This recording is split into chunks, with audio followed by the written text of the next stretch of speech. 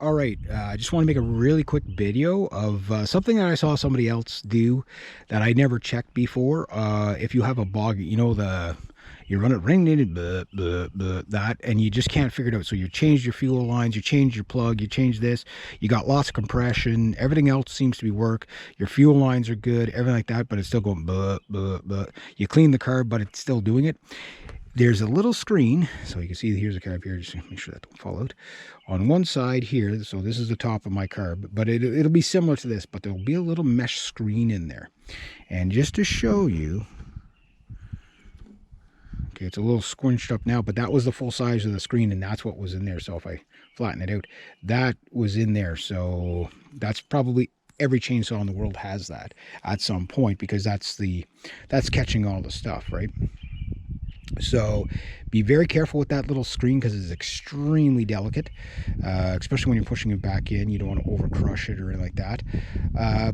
Yeah, that's probably what's wrong with the Ninja Shark and Sasquatch, my MS270 and my MS260. I bet you it's going to be that.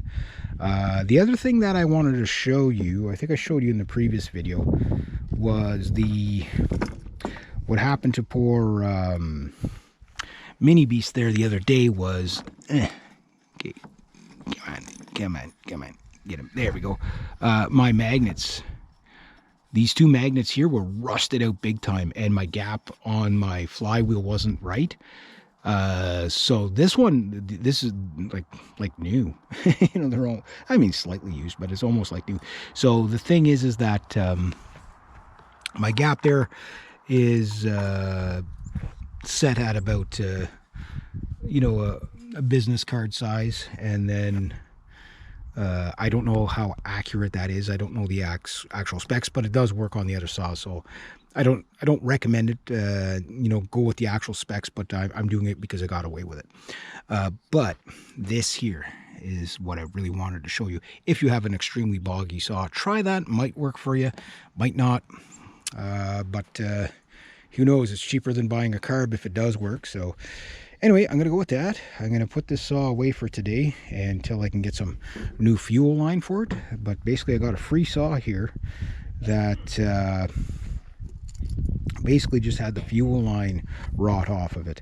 And it looked like it probably was never looked at. So like I say, the plug's almost like new in there. So this saw, just judging by the bar, that's probably the original bar and chain, and I don't think it's had a lot of use.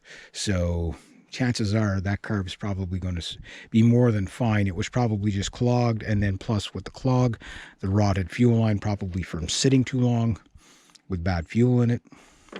That'll do it too. All right, so anyway, there we go.